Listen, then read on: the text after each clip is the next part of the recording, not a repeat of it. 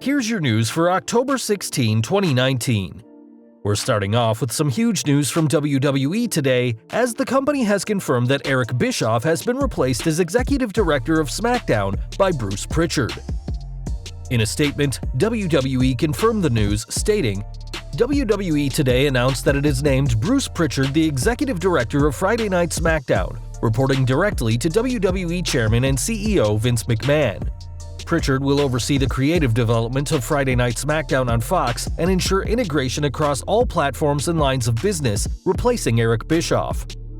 Prichard brings nearly 40 years of experience in sports entertainment with an extensive background in character development and creative storytelling.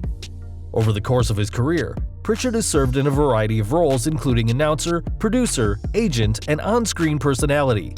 Earlier this year, Prichard returned to WWE as a member of the company's creative team. Prichard is no stranger to the WWE schedule, working with the company on and off since the late 1980s, while Bischoff was with the company from 2002 to 2005 and returned this past February. In June, WWE announced that Bischoff, alongside Paul Heyman, would be working as the executive directors of SmackDown and Raw respectively, hyping that the creation of these two roles further establishes WWE's ability to continuously reinvent its global brand while providing two different creative processes for its flagship shows. Though Bischoff only got the job in June, his firing wasn't a shock to people according to a report by F4Online.com, who reported that the departure came early yesterday morning. The PW Insider added that Bischoff was informed of his release during a SmackDown creative meeting at WWE HQ in Stamford, Connecticut. Regarding Prichard, the press release did acknowledge that the former Brother Love was hired to work on the creative team, but didn't mention that Prichard was also hired to work as Senior Vice President just 1 month later. When Bischoff was hired as SmackDown's Executive Director back in June, the plan was for the WCW magnate to work closely with the Fox network officials, while it was also reported that it would be Prichard who would help him adapt to the new role. Interestingly, it was reportedly Prichard himself who pushed for Bischoff to get the executive director role in the first place, a role he has now been given. According to Dave Meltzer, Prichard will work alongside SmackDown head writer Ed Koskey as the main people in charge of the Blue brand from now on, and that Prichard had been working closely with Bischoff until the day of his departure. John Pollock of Post Wrestling reported that Prichard, a longtime regular backstage, has kept attending both Raw and SmackDown recently, despite the brand split. Speaking of which, there's no word yet on what influence Fox had when it came to WWE firing Bischoff, and there's also no news on what Bischoff's future holds now that he's been released yet again. PW Insider noted that Bischoff likely does not have the standard 90-day non-compete clause in his contract because he was an executive, not a talent, and he could appear in another promotion if he wanted.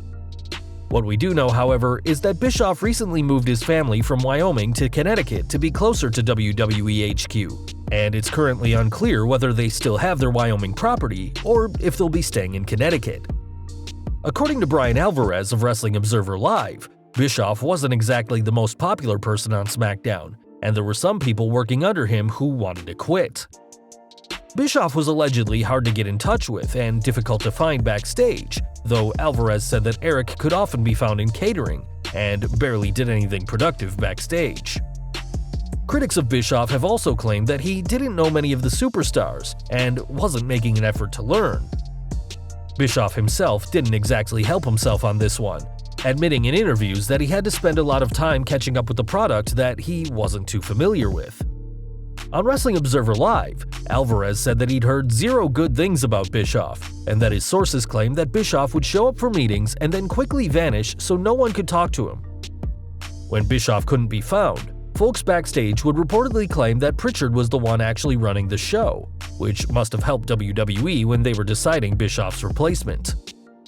When he was first hired, some believed Bischoff was a scapegoat to take the blame by WWE when reporting any issues to Fox, and though some claim that SmackDown's viewing figures have led to his departure, that seems unlikely.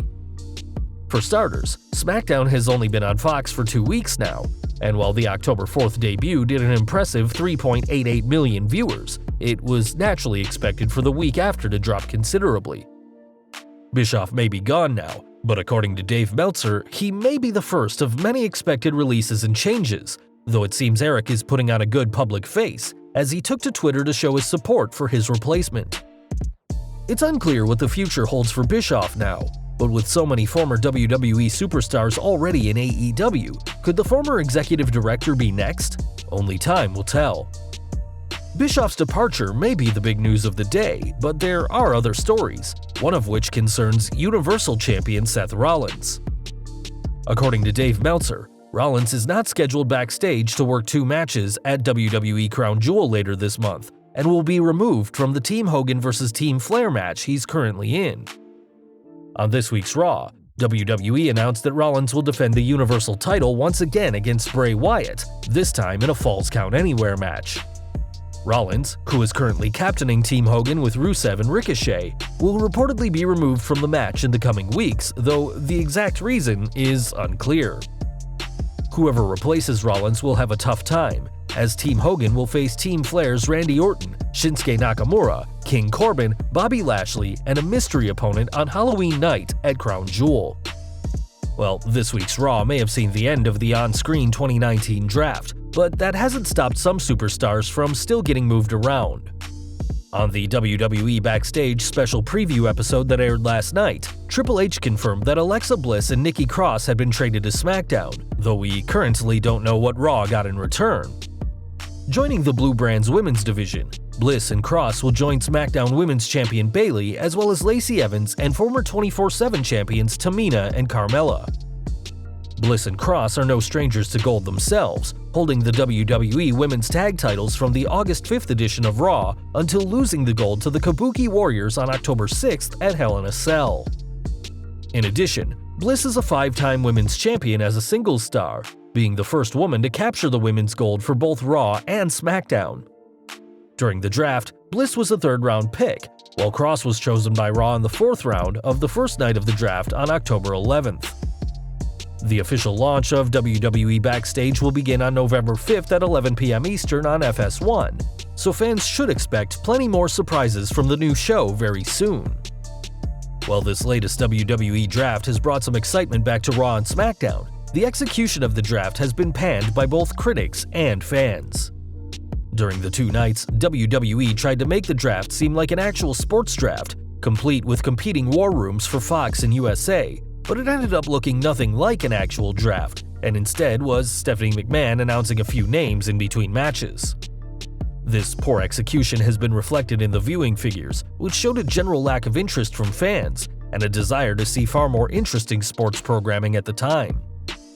This week's Raw drew just 2.28 million viewers, down considerably from past specials like the Superstar Shakeup. Breaking this number down, Hour 1 started strong with 2.52 million, but that fell to 2.32 million in Hour 2, resting on a low 2 million for Hour 3.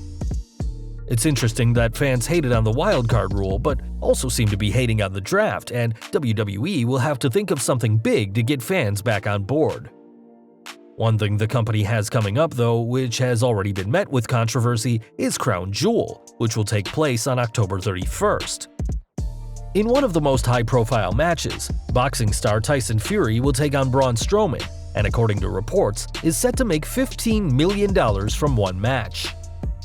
Fury, who has said he wanted to work with WWE years ago, may have some worries about opening up an old boxing cut on his face, which could keep him from a big money fight in February, but it seems the risks are worth it for that big money.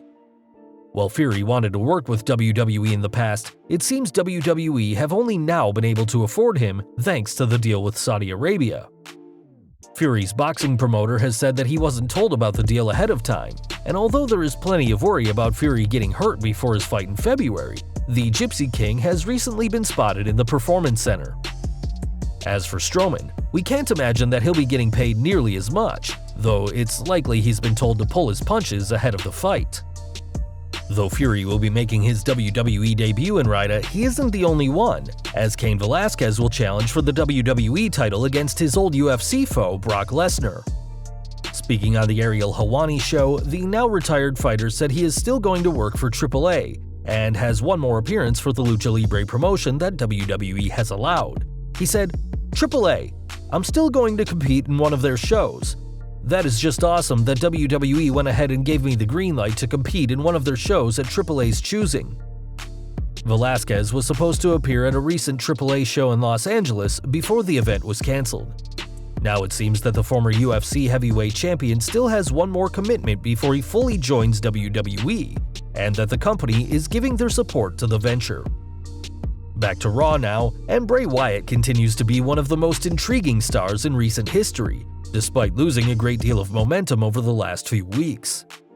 On this week's edition of the Red Brand, Universal Champion Seth Rollins, who will face The Fiend at Crown Jewel, burned the Firefly Funhouse to the ground, in a move that many said made Seth look more like a heel than he has done in quite some time. On Twitter, Wyatt responded to the Architect's actions, saying he forgives Rollins, but wanted to know how he found the Funhouse in the first place. In response, Seth Rollins said he wanted vengeance, not forgiveness, and claimed that it was Wyatt himself who brought him to this point in his career. The pair are set to face off at Crown Jewel in a rematch from their Hell in a Cell bout that fans are still angry about over the finish. In case you've been living under a rock for the past few weeks, the Cell match was stopped by referee Rod Zapata, who claimed that Wyatt was unable to compete, though many fans have said it ended on a disqualification. After David Weissman asked whether the Falls Count Anywhere match in Riot will end in a DQ, ignoring the fact that the Cell match ended via referee stoppage, Rollins responded with a gif of The Undertaker throwing Mankind from the Cell roof in 1998, claiming the ref should have stopped the match then. A cheeky bit of trolling by the Universal Champion. It seems that fans aren't going to let Rollins live down that Hell in a Cell match anytime soon, and as long as he keeps defending WWE's creative decision, there will be fans ready to criticize him. From one controversial superstar to another now, as Jimmy Uso, alongside his brother Jay and Naomi, haven't been seen on WWE TV following Jimmy's DUI arrest over the summer. Recently, however, the trio have been spotted backstage at WWE events, but according to F4W Online, there are no creative plans for them regarding their return. In fact, the report states that there isn't even a decision on what brand they'll be on, which is why the former tag champions and former SmackDown Women's Champion weren't mentioned at all during the recent draft. One person who knows what it feels like to go undrafted is Luke Harper, who remains a free agent despite a recent dominant display. After returning at Clash of Champions, Harper worked effectively with his bludgeon brother Eric Rowan, but while Rowan was drafted to Raw in the draft, Harper remains without a brand. Earlier this year, the former Intercontinental Champion publicly announced his desire to leave the company, and despite his recent return, many believe Harper still wants out, and going undrafted probably won't convince him to stay. Good news for Finn Balor fans, as he's been announced for his first set of NXT house shows since returning to the brand. Balor will be in action at all 4 shows on NXT's Pacific Northwest house show loop this weekend.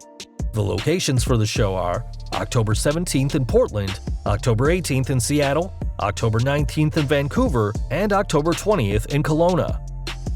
Finn Balor is certainly a big-time draw for those NXT live shows. Hopefully he'll bring new interest to the brand.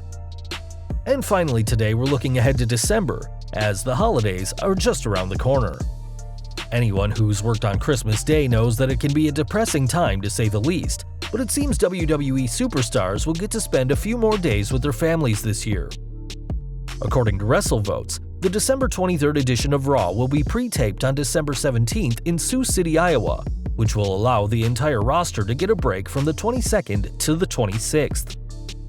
The 27th of December will be on a Friday this year, so SmackDown will run live on Fox as usual, but this is certainly a better option than 2 years ago when WWE had their superstars work on a Christmas Day edition of Raw, which wasn't received well by fans.